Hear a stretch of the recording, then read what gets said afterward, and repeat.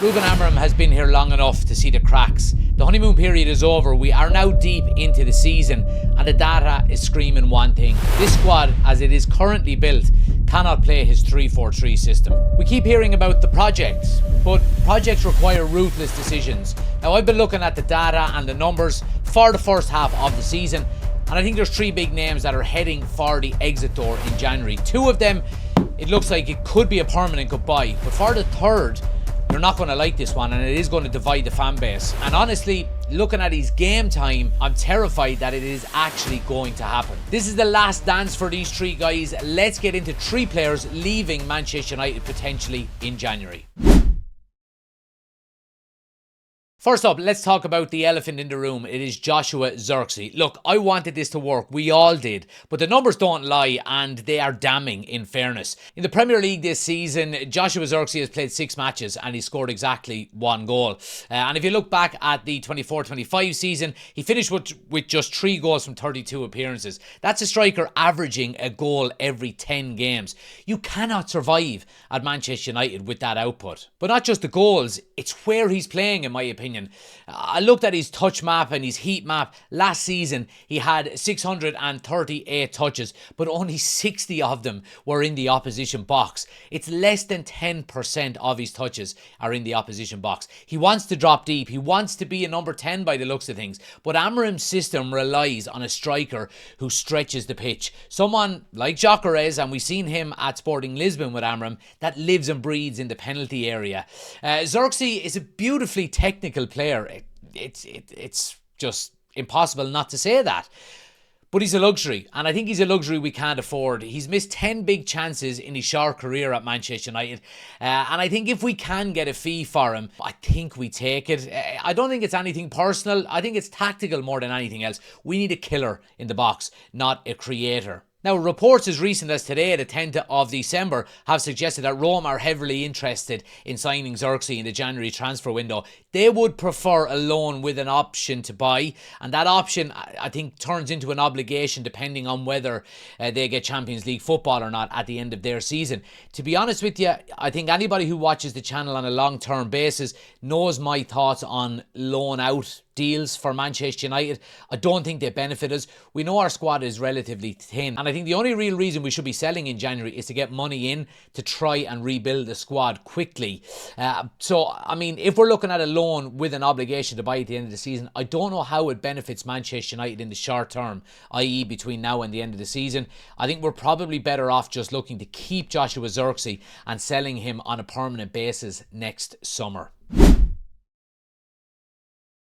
Player number 2, Manuel Ugarte, and this is where the stats paint a really scary picture. Manuel Ugarte, defensively, yes, I think he's a bit of a monster in fairness. And checking the percentiles this season, he is in the 98th percentile for tackles won per 90 minutes. He wins the ball back better than anybody in this Manchester United side. But here is where the problem lies with him. Amorim's 3-4-3 system requires 2 midfielders to be basically quarterbacks. They need to break lines with their passing, and really progress the ball up the field. Ugarte is currently sitting in in the 16th percentile for progressive passes, which is nowhere near good enough, for a club like Manchester United. 16th. It means 84% of midfielders in Europe are better at moving the ball forward than he is, and that's just not good enough. Every time he wins the ball, which he does amazingly well, it's got to be said, he either passes it sideways or backwards because he doesn't have either the confidence or, probably more likely, the technical ability to turn and play forward. In this system, that kills us. It really does. It invites pressure. If we want, to fund a move for a ball playing midfielder, I think in January, I think Ugarte is probably the best option that we have. I think probably the only asset who holds some real value because of his defensive stats. It's a permanent deal for me. It really is. And I said at the start of the season that I thought he would have a much improved season this year than he did last year. but it hasn't turned out to be the case, and he has fallen out of favour with Ruben Amorim. We need a passer, not just a destroyer, in my opinion. Now, again, the last couple of days, reports have suggested that Galatasaray are interested in him and could be willing to pay up to €50 million for him.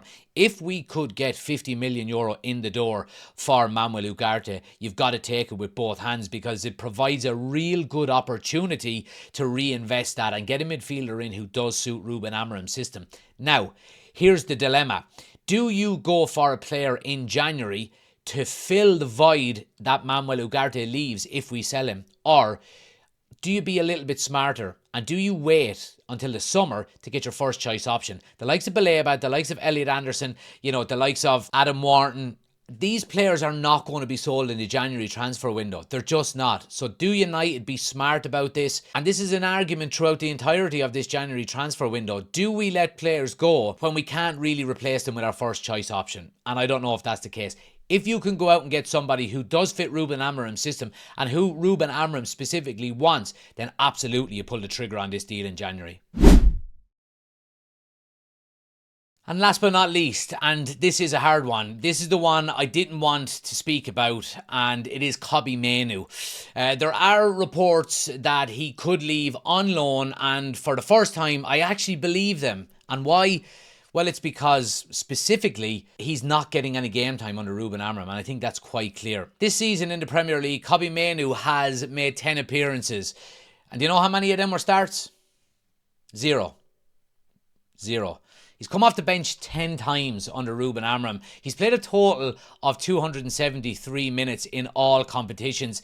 So as of recording this video, he's averaging about 15 to 20 minutes a game. Amorim clearly doesn't trust him. There may have been a falling out between the two of them. And I think it's quite clear that he doesn't trust maybe the engine for a full 90 minutes in, I suppose, the high intensity of a two-man midfield. Now, you know my stance on this if you've been watching my channel. I think Kobbie Mainoo is vastly more talented than his minutes are suggesting under Ruben Amorim. I think he's been a little bit mistreated by Ruben Amorim, to be honest. He hasn't gone to the media, he hasn't spoken out. In fairness, in my opinion, he's put his head down, he's been very professional about it. But logically, I think for Kobbie Mainoo alone makes sense, and maybe for Manchester United as well. Send him to a team where he plays 90 minutes week in, week out. Build on maybe a little bit of physicality, a little bit of durability. At the end of the day, he still is only 20 years of age. But emotionally, I absolutely hate it. Kobbie Mainoo is the best talent we have. You don't develop, in my opinion, a generational talent by sending them to play for West Ham or Everton. Or I think if he was to leave, it would probably be abroad, to be honest. I think you develop him at Carrington and at Old Trafford. My fear is that if we loan him out, we are admitting defeat. But looking at that kind of zero starts stat that we just spoke about, maybe Amorim has already made up his mind. And I think it's quite clear that he has made up his mind. He does not fancy Kobbie Mainoo in this Manchester United side. Whether it be trust or whether it be ability, it's not working out. It really isn't. And I think from a human standpoint, I don't want him to go. But if we're being realistic, I think Kobbie Mainoo is going to aggressively look for a move away in January.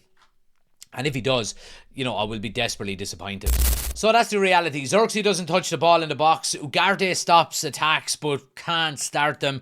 And Kobbie Mainoo simply isn't starting enough football matches. Ruben Amorim has a reputation for being ruthless. He done it at Sporting Lisbon. He cleared out that squad. He's going to have to do it at Manchester United as well. This January, I think we're about to see exactly how ruthless he is if he is allowed to do so. So looking at the stats, if you could only save one of these three, Zirkzee, Ugarte, Mainoo, who are you keeping? I think we're all going to be in agreement with who it is. But do let me know in the comment section below, guys. If you appreciate the honesty and the data deep dive, hit that like button for me. It helps the channel out an awful lot. Drop your thoughts into the comment section below.